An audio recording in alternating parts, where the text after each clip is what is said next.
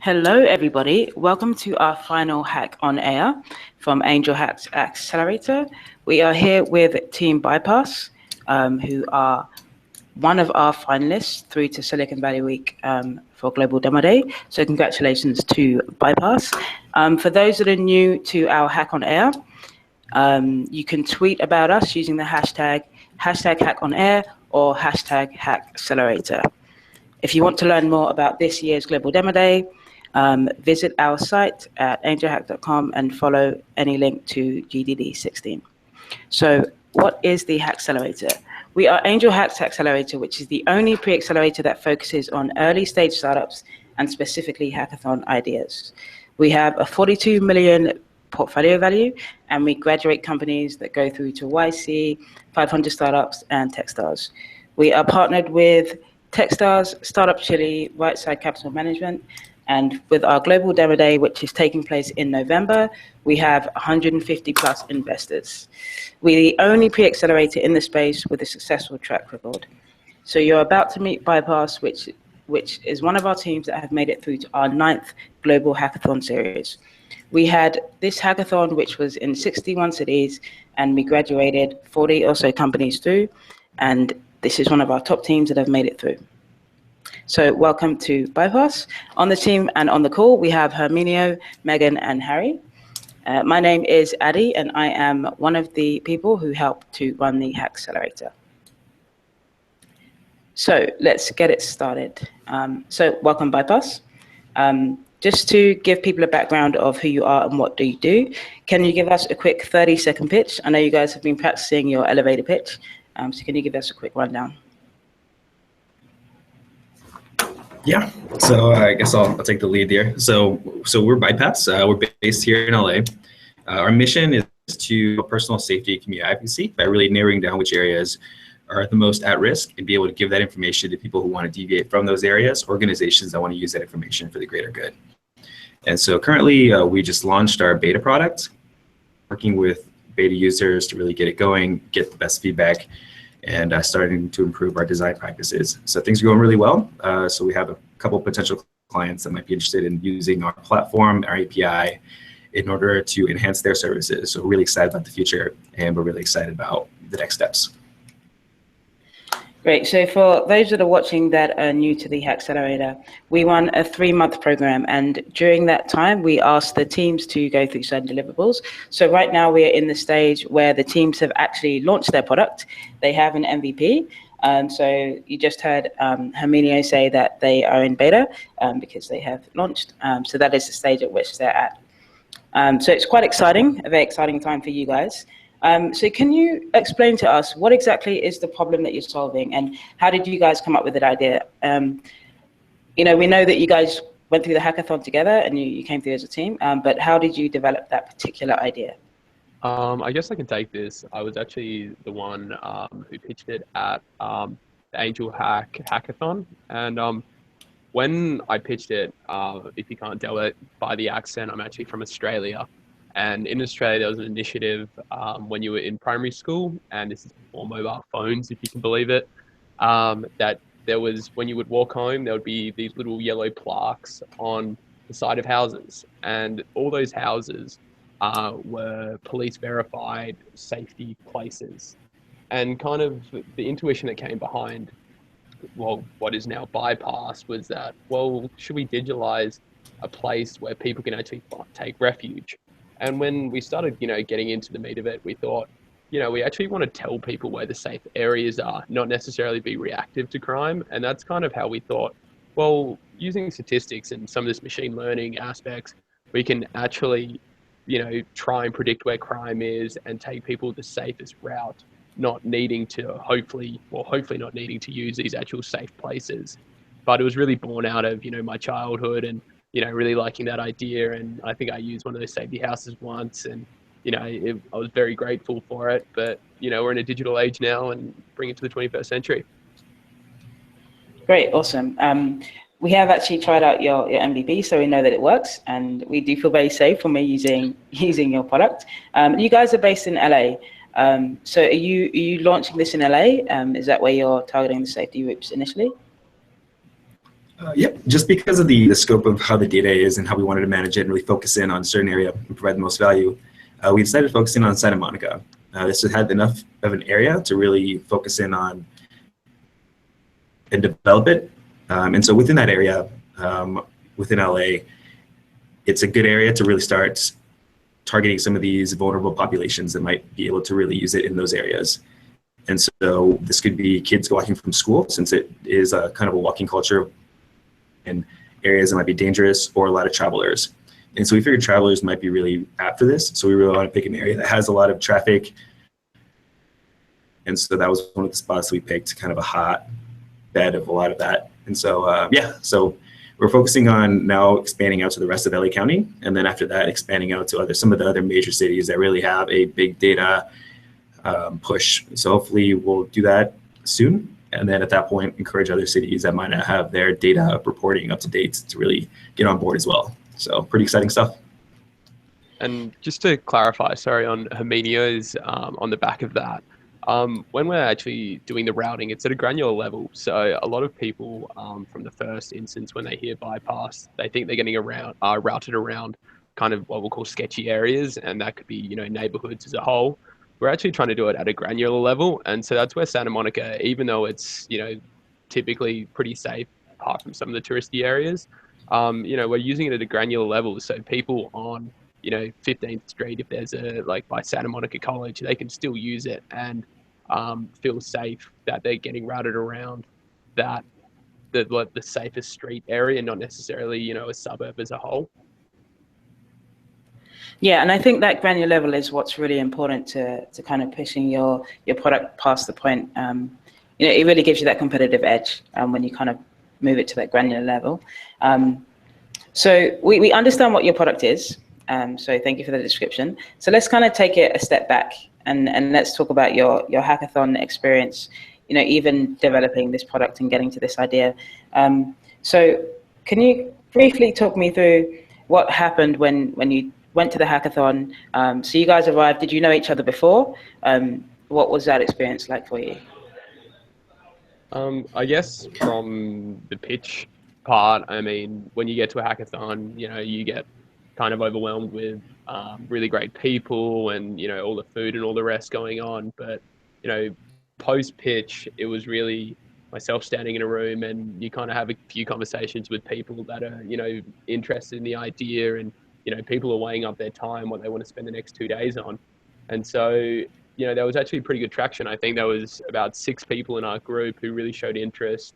You know, hackathons by nature, if you have or haven't attended one, people kind of drop in and out. So we kind of had 6 people when we're limited to 5, but then some people left and all the rest. But it kind of came down to, yeah, like, you know, found a good team in the end. And the team you see today actually, coincidentally enough, is not the original team of the hackathon. We've had some inclusions just based off skills, and some departures because people were at school and just couldn't, you know, manage both times. But, you know, it was a really positive experience when I was there. For sure. Okay, great. So that kind of actually follows into my next question, where you were talking about you guys coming together as a team and having the right skills to execute. You know, that's really important when you look at any startup. It really is about the team, and a lot of people will tell you, especially at this stage, when you're having a seed stage startup, that it's really about the team being the right people to execute on an idea. You know, you can pivot on an idea, but you can't pivot on a team. So why are you guys the right team to execute on ByPass? Yeah, so I think something that really kind of sets us apart from other teams is that we really have a lot of optimism with what we're doing. I think we really have the passion for it.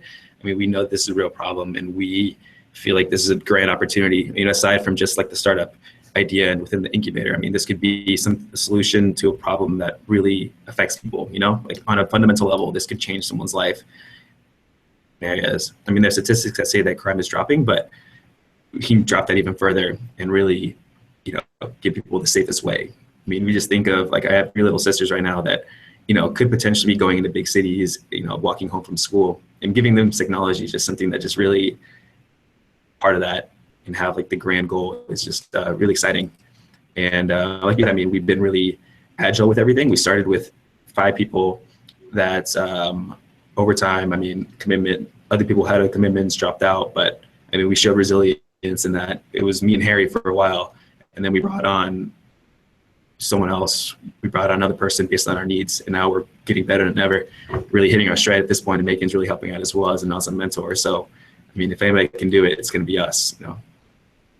I agree with Hamidio. People find it a little bit disheartening when you say, oh, people have dropped out of your team. I think it's kind of the opposite, because we've been fortunate enough to actually build on the skills we need. You know, at a hackathon, you get kind of lumped with everyone who has various skills and, you know, are all, you know, exceptionally awesome in their own way. But when you're really trying to put together a business, we have the luxury that, you know, Hamidio and I could go, oh, actually, we need someone with machine learning experience. Oh, we need someone, you know, who can really scale this product. So that's where we brought in Roy and Austin, who actually unfortunately aren't on the call, but, you know, are great guys, and you can kind of pick and choose them, which is why I think, you know, setting up the right team, it definitely helps, especially out of this hackathon. I mean, that's awesome to hear. I mean, sometimes it takes some companies months or even years to kind of draw to that conclusion, and it seems like you guys have jumped on that pretty early, and you're working your way towards this very successful team. So with that team in mind, and with that skill set and that skill set balance, what is it that you think gives you guys a competitive advantage in what you're doing? I mean, there's obviously, you know, some players out there that are focusing on routing people, and there are a lot of map applications, but what is it that you think that is really pushing you guys forward? I think one of the things that you did mention already is really moving it down to the granular level, but is there anything else that you think you have in your product? Sure. I mean, I definitely think, I guess I'll like just put my 2 cents in, and then Amino, I'm sure, has some great opinions.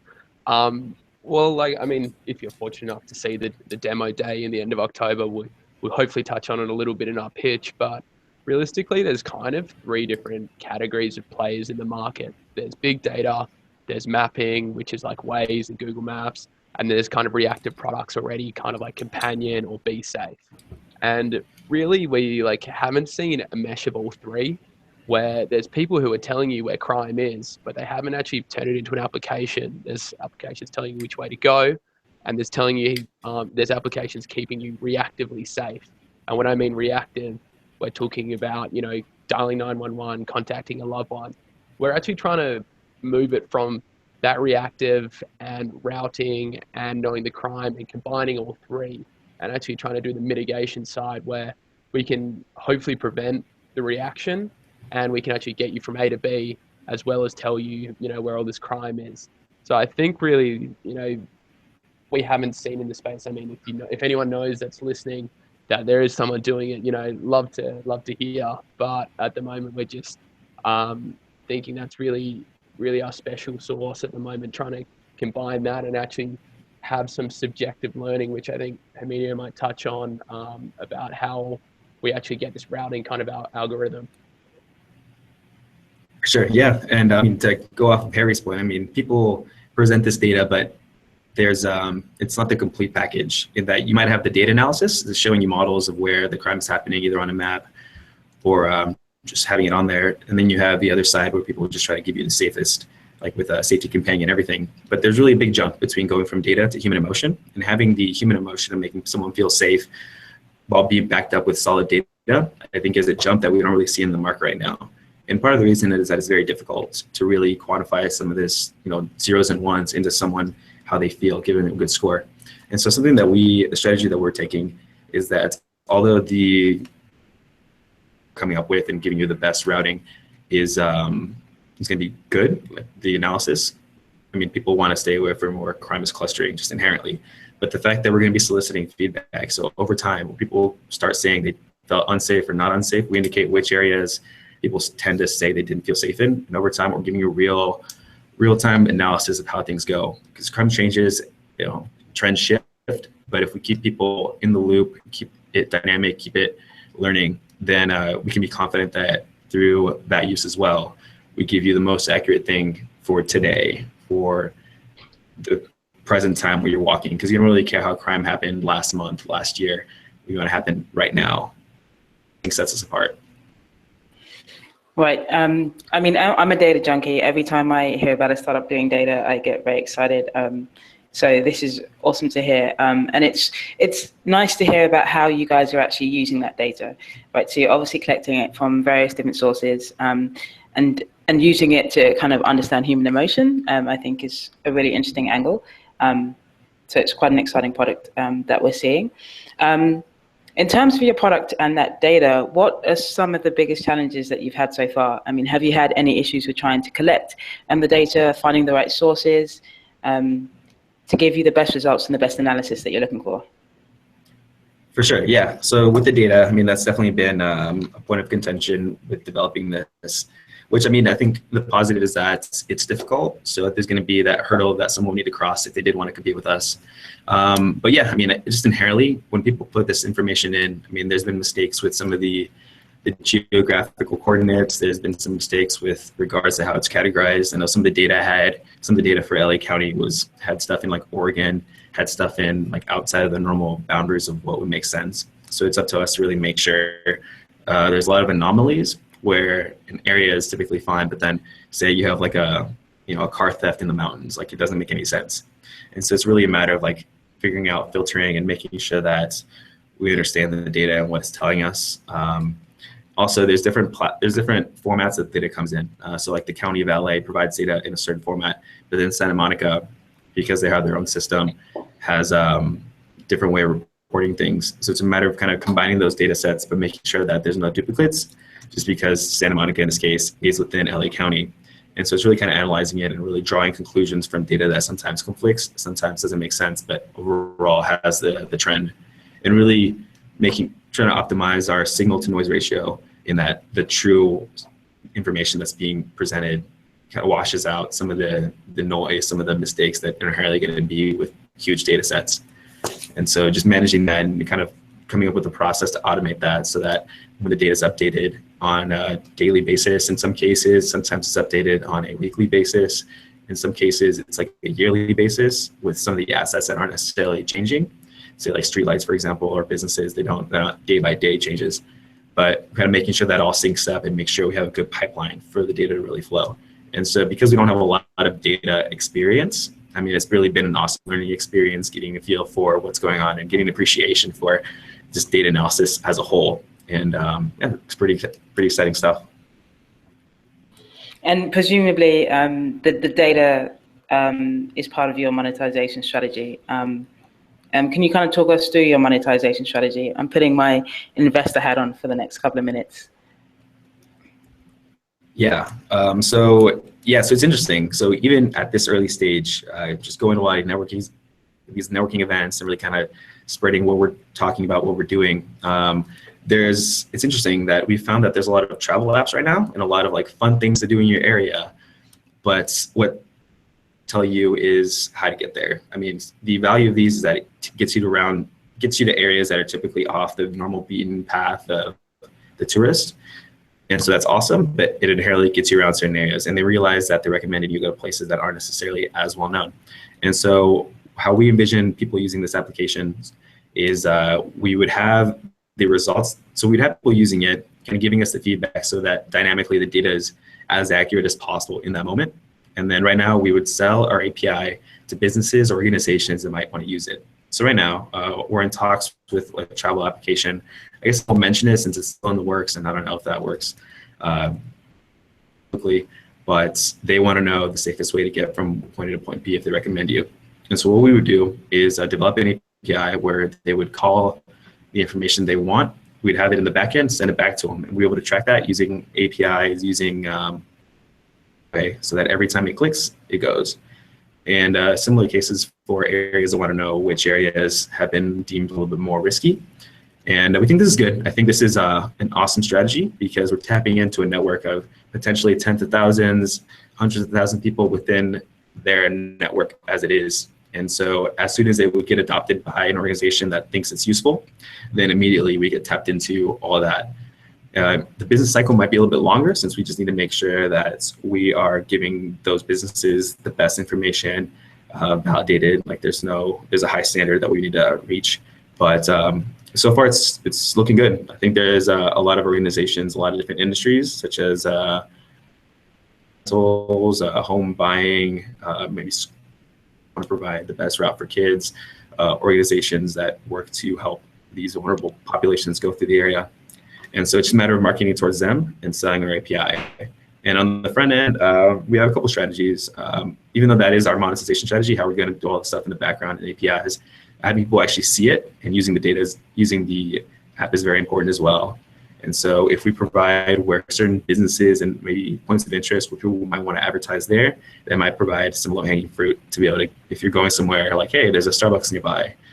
And so that might provide some revenue as well. But that's kind of our strategy right now. I mean, at this point, we're looking at the market to see what the market really needs, what the market really wants, and adjusting towards that. And so, yeah, very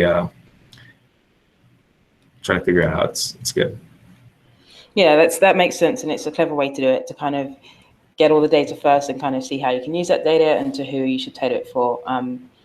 Okay, so you're over halfway through the HACKcelerator, and you came in with a little bit more than an idea, and we've seen all of the teams, including yourself, go through this idea to building the MVP, to now launching the product, to now gaining traction on that product.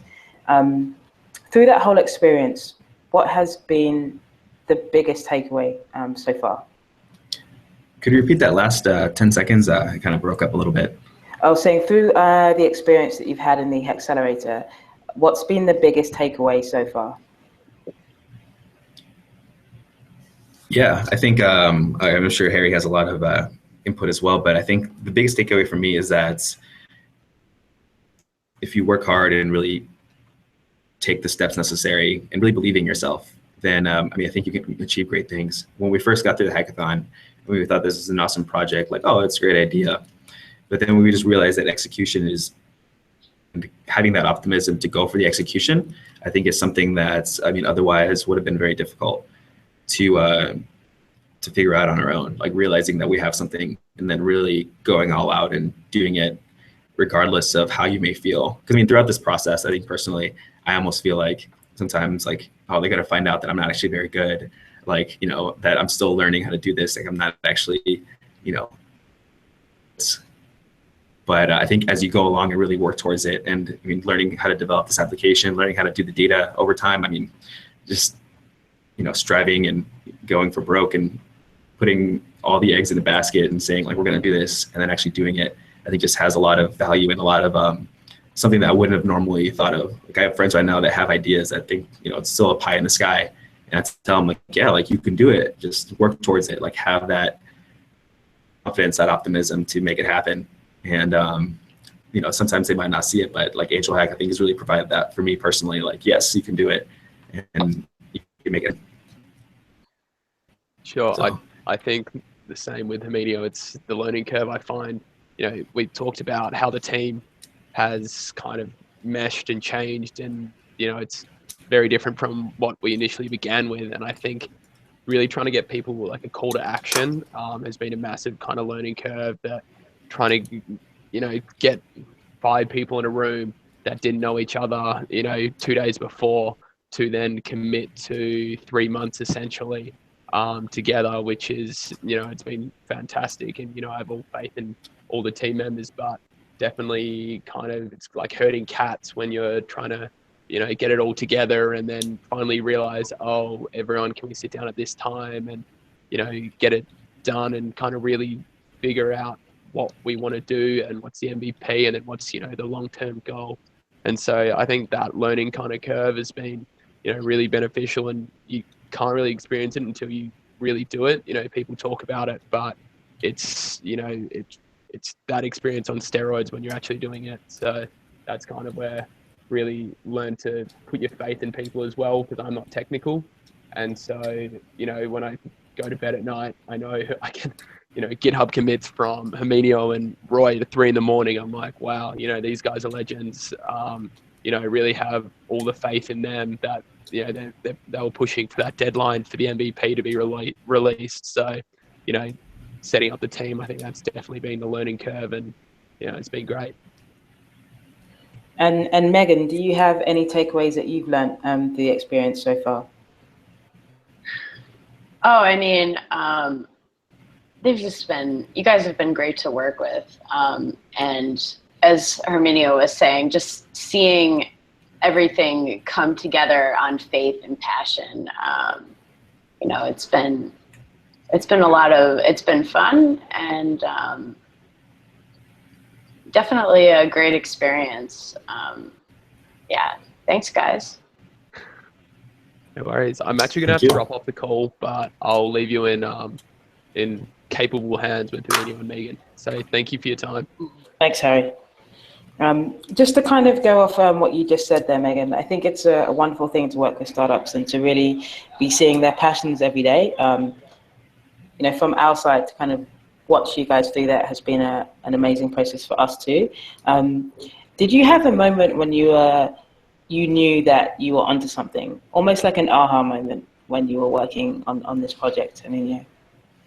An aha moment? Yep.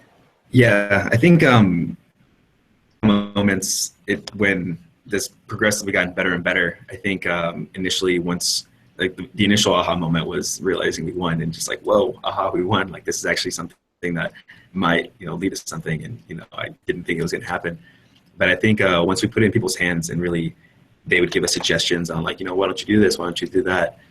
A lot of aha moments have kind of come from that as well. Like, oh, like people are really interested in knowing some of these public locations, or, you know, businesses might actually be interested in like some of the data analysis that we're doing is definitely like surprising. And a lot of pivots have deviated us when we've gotten some of these and really figuring out what our market can be, what our market fit is, and what populations and what communities are the best. I mean, it's been just a one continuous stream of aha moments and just constantly just pushing up further and further. So yeah. Can you tell us a story about when you did have to pivot? You just mentioned that you had some moments when you had to pivot your product a little bit. Can you tell us a story about that? Sure. Let's see. So one of the pivots that we're in the process of implementing and really looking at. So in some of the surveys we put out, some of the people that really answered some of the questions and really gave us feedback were people that were traveling a lot and really got a feel for, get to know the area that they're going in. And so our initial idea was to kind of target towards them, since that when you're traveling, you really are unsure what you're doing, and they'd really kind of pick it up. And so that's kind of what we were running with, community events and talking to a lot of like nonprofits in the city, people that are typically not targeted just because it's not as glamorous to really focus in on like nonprofits if you're a for-profit company typically. But talking to some of those organizations, one of the aha moments was realizing that although there is a value to travelers and giving them the best experience, I think we have the ability to really affect things on a much bigger level and affect things that are just much more important. When you start thinking about safety of children and walking around certain neighborhoods, I mean, we realize that that's huge. Like this is a potential, you know, market that people could really go for. I mean, I can't think of any parent that wouldn't want to have a tool for their children if it gives them the chance to be safe, you know, and just having that aha moment, it's like, wow, like, yes, you know, it's awesome to have like, you know, the best way to get to do fun things. But when you're talking about a child's life and, you know, potentially getting them out of danger's way, I mean, that's a huge moment. Talking about some of the, seeing that in our survey, because the people that we, you know, that we posted on our social medias or, you know, friends and family are going to be from a certain demographic that we have the privilege of being able to travel and have, you know, that like rosy colored the world. But in reality, the people that really are going to get impacted by this are much harder to reach. But really talking to people, I mean, that's just an insight that just really like, aha, like, you know, this might be something huge. Like this could really make a big impact other than just like fun things to do. It's just orders of magnitude of difference. And so that's big. Awesome. Thank you for that. So it looks like we actually have our second team, ReportTaka, who are able to join us. So I'd like to welcome ReportTaka to the Hack on Air. So ReportTaka were also one of the teams that was selected to come to our Global Demo Day and are based out in Nairobi. So I'd like to invite ReportTaka to introduce themselves, give us a 30-second elevator pitch and tell us the problem that you're trying to solve.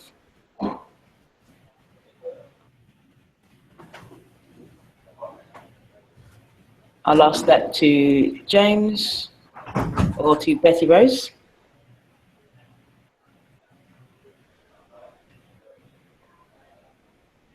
Okay, I'm not sure if they can hear us, so we'll carry on with the Hack on Air.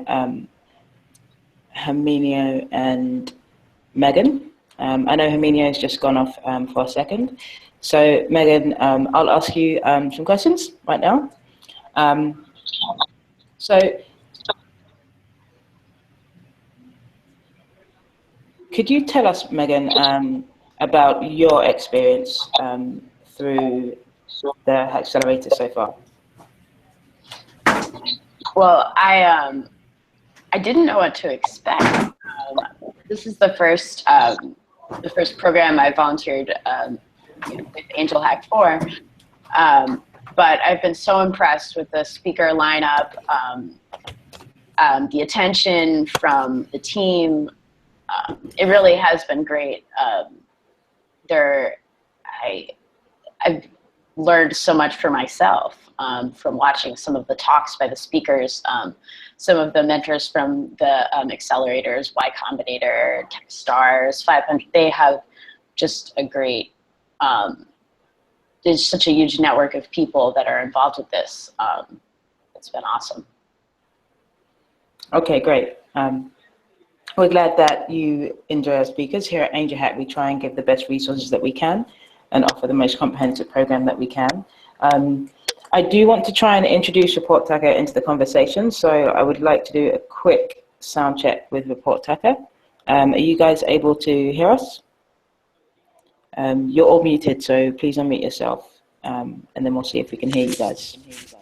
I'll represent ReportTaka at the moment. I can see that some of us are not here. Maybe. So I think I'll just talk on. Hi, how are you? Good. Okay. Awesome. So let's start. Okay. So ReportTaka is an innovative software platform that enables users to report unattended garbage. So we find that in Nairobi, there is usually no method to report unattended garbage for residents in Nairobi. And the people responsible do not know where the exact location of this garbage, since there are many illegal dump sites. So we decided to come up with a solution that will enable users to report uncollected garbage or uncollected garbage via mobile application that will tag relevant authorities, who will then take action according to the aggregated reports collected at our back end. Okay, great. Could you just delve a little bit deeper into the problem with garbage in Nairobi? What does that lead to? Okay, so the garbage in Nairobi usually clogs the drainages, which actually, when it rains, it causes floods, which actually sweeps away houses or causes a lot of drowning. Actually, we find that people drown due to these floods, or actually houses that are swept away, or houses which actually end up in destruction. And also, the garbages, also the uncollected garbages also causes disease, because you find that these illegal dumping sites are near people's homes. So you find that children play around these areas and end up getting diseases. You find that a lot of childhood diseases or deaths are caused by unsanitary conditions caused by the garbage. Right, that sounds like a very worthy cause for what you're trying to do. And I imagine it's actually a problem that is spread around a lot of other places. So it'll be interesting to see you guys scale out your product. So on the topic of your product, what have been some of the challenges that you found so far or had to overcome? One of the main challenges we faced is actually getting the government on board. We've not actually gotten a way to actually talk to the people responsible for waste management in the government. So that has really been a challenge for us. Yeah, I can imagine dealing with the government is not the easiest. Yes. Okay, and just like ByPass, you guys and now coming to Silicon Valley Week and Global Demo Day. So this is going to be a question that's actually going to be directed to everybody, but if you'd like to start, HreportTaka, what are you expecting to get out of Global Demo Day and Silicon Valley Week? For those that don't know, we invite the teams that make it through to come out to Silicon Valley from wherever they are in the world. They get training here and then they pitch at a Global Demo Day in November. So it's just over a month. So yeah, what are your expectations and were you expecting to be selected as a finalist? Yeah, so the way, I guess the expectations I have, so I just imagine there just being a ton of really smart people that really can bounce ideas back and forth, where you'd come in with a conceived notion of how you think things might be able to present themselves, but with so much experience and so much knowledge and so much, I guess, passion as well. I mean, you come in with an idea and then you come out with something that's much more refined, much more ironclad. And yeah, so I guess I come in with, preparing as much as possible, but afterwards just knowing that my mind's just gonna be blown with just so many ideas and so much brain power. And just the networking that people are gonna be there as well. I think people are gonna share a lot of ideas with us as well.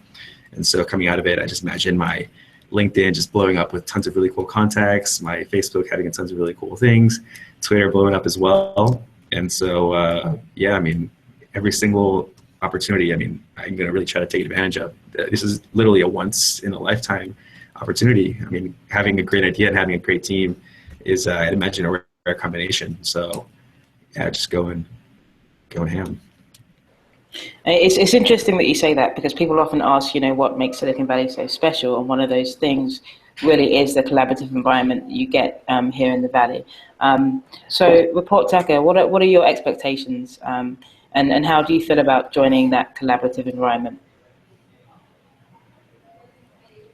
So one of our expectations is actually meeting prospective investors who will help us carry on the work that we're doing.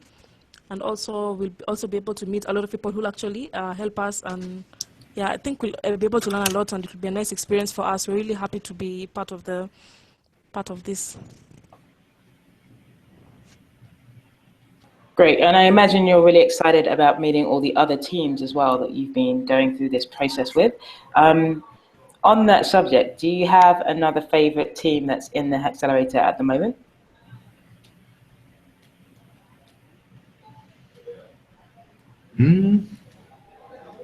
See, I think, yeah, that's something that I'm also really excited about as well. Really getting to know some of these teams that we have limited exposure to actually in the program, just because, everybody's kind of focused on their own thing and we don't have access to some of these other might be in. But I mean, listening to some of these, like the Asian teams that were on air during some of the pitches, it was just amazing the kind of work that they're doing with regards to fintech in their government, working with some of their teams like based in San Francisco and kind of the impact that they might also have as well. I think, yeah, I mean, I know those two teams, I forget exactly their names, but yeah, that'd be really exciting to see people really making a change as well. Awesome. HreportTaka? Please come up again with the question. So the question was about meeting the other teams that are going through this process with you. Do you have another favorite team in the HACKcelerator or any team that you've been communicating with? Maybe they're in your vertical and you've been bouncing ideas with them. So any particular team you're looking forward to meeting? Actually, personally, I've not talked to any other teams that are, so I really don't know, unless, I don't know about the rest, but personally, I've not talked to any other teams. So, yeah. Okay, so that's going to be exciting when you do come to Silicon Valley then to meet all the people that you've been going through this process with. Yes. Okay, so let's kind of move things along a little bit, and let's move into the big vision. So we know that you're working now and that you're probably bootstrapping your startups up to this point. But where do you see yourself, in 5 years? Where do you see your product? And where do you see yourselves located in the same place? Do you see yourself scaling out to other regions? What's kind of your long-term plan? So HreportTaka, do you want to start? Yes, I will start. So in 5 years, we were thinking that we want to be able to actually manage these wastes by ourselves and not actually rely on private private sectors or the other companies that deal with waste management. So we want to be able also to recycle the product as well and also sell it. That will be part of our ambitious plan actually. So this way we'll actually be able to get revenue for our product, and yeah, I think that's about it. Yeah, so we want to be able to, as in 5 years, we want to be able to reach to a place where we'll be able to manage the wastes by ourselves and not rely on the private waste management companies or the government. So Sounds like a good plan. yeah. So, question to ByPass. Yeah, so 5, 10 years and where we're going to be located. So I think, so starting with the location, I think LA is one of the coolest places that I've ever lived in. So ideally, I'd like to stay here and enjoy some of the sights, sounds in this area. But I think in 5 to 10 years, the way I see this going is that we're going to be so ubiquitous that it's going to be a foregone conclusion that this is not done before. Having all the data that's available, I mean, is just a waste. That's echo on one of the other lines, by the way. So yeah, so 5 to 10 years, I imagine that you're going to have a lot of these industries implementing the data, going to have big cities first taking the lead. So in 5 years, we hope to get on board with maybe partnering with the actual cities themselves, providing the data. So now we have this analysis. We have a huge network of people that are contributing to it every day, giving us constant feedback. And at this point, the areas are going to be well mapped, and organizations that want to target those areas to really improve whichever areas that are deemed a little bit higher risk are going to have the resources and the budget to now focus in on very specific areas where they're going to have the most impact. And so in my mind, 10 years, we're going to have a utopia where crime doesn't exist because we have resources that go to those areas and people are taking the proper precautions. Maybe not, but I think that's a good ideal vision to maybe shoot for, to decrease crime and give people the best experience. Crime's going to drop dramatically, and people are going to have more willingness to travel different places, and so yeah, we'll see. With any luck, that will be the case, and especially with products like yours and apps like yours, I think it will move definitely towards that, a safer place for everybody. So I do want to leave some time for community questions.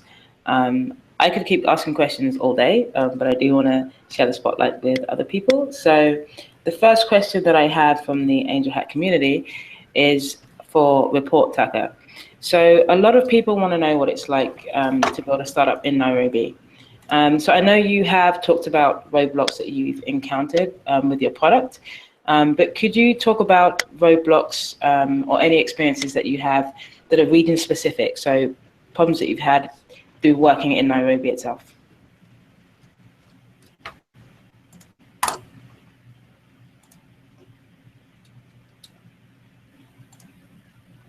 ReportTaka, did you hear the question? Please come up again. Okay, so I've shifted gears to ask some community questions. So the first question is to you guys. And the question is, a lot of people want to know what it's like to build a startup in Nairobi. So I asked you before about roadblocks that you've encountered with your product, but could you kind of talk us through any roadblocks or challenges that you've had that are region specific? So problems that you've had through working in Nairobi itself. We've not really experienced any problem apart from market entry, actually getting to get users to actually use our product and actually see the value of our product.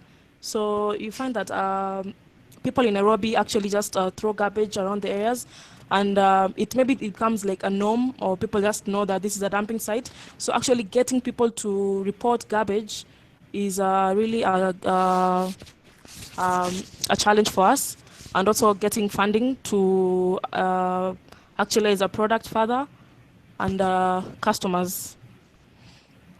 Do you think it's easier because you guys are from Kenya? Do you have any advice for people who aren't from the region who want to work in the region? I think it's possible for people who are not from the region to actually work, but I think they'll have to work with locals. I think that'll be much easier because getting to the illegal dump sites, I think most of the people who handle the illegal dump sites maybe I think are getting, I don't know, but yeah, I think it will be good, as in it's easier for us being Kenyans because we can actually, we know the challenges that we faced through, and we've actually experienced the challenges we faced through. Like even one of us had a neighbor whose house was swept away by the floods. So I think this thing has really affected us. So I think it's easier working here. I think that advice actually translates to a lot of different regions. That it may be easier to work when you're on the ground. And if you aren't in that region, having partnerships in that region is crucial. So thank you for that. I have another community quit. Sorry, did you want to add? Yeah, I just wanted to add something real quick. And also, we find that user acquisition, we find that locals don't usually support other applications done by locals. So to get locals to actually use our product is also another challenge that we are facing right now, because we find that there's so many developers in Kenya who have created applications, who have developed applications, but they actually trust applications done by maybe people who are not from here. So that has really been a challenge, to get users to actually trust and use our product. That's a very interesting cultural difference that you just highlighted there, and it ties back into what I was saying earlier about the collaborative environment that you do see here in Silicon Valley, and that not necessarily being the case when you go to other regions. So I think it's going to be a pleasant surprise for you guys when you do come to Silicon Valley Week and seeing people wanting to use your product or wanting to test your product and having that trust in your product. So that's going to be quite exciting to witness that. So my final community question is for ByPass, as we are running out of time. So since you guys are based in the LA area, and there's been a lot of people coining the term Silicon Beach and comparing it to Silicon Valley, what would you say are the main differences between the term Silicon Beach, i.e. LA, and Silicon Valley? Yeah, so I think I don't actually live in Silicon Beach. I go there for, to hang out in Santa Monica, Venice, Playa Vista, which is where Google, which is where some of these big organizations are held.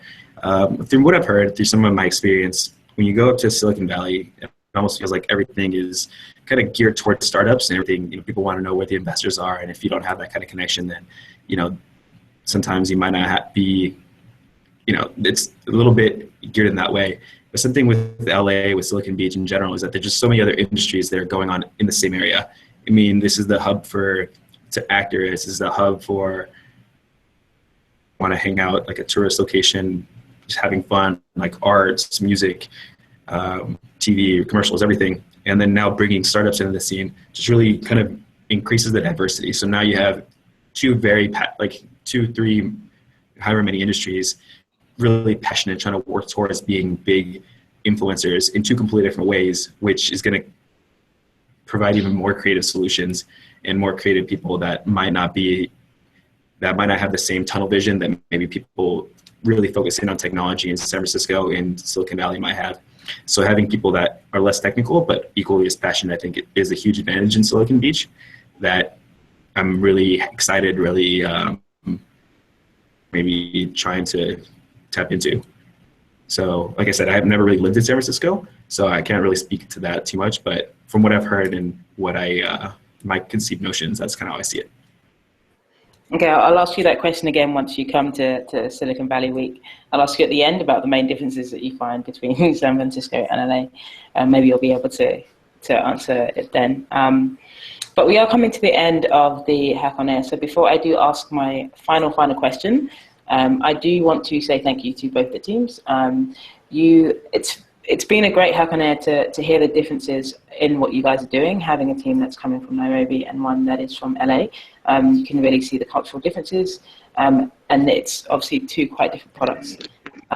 So my final question to both the teams is any last words of advice that you want to give to all the people out there watching, to the other teams in the HACKcelerator, any entrepreneurs? Yeah, I can start. So something that I heard recently that I think is that I really resonated with is that I think in everyday life, I think every single person luck to some degree. And I think it's just a matter of being able to take advantage of it and really realizing that you're in a lucky moment.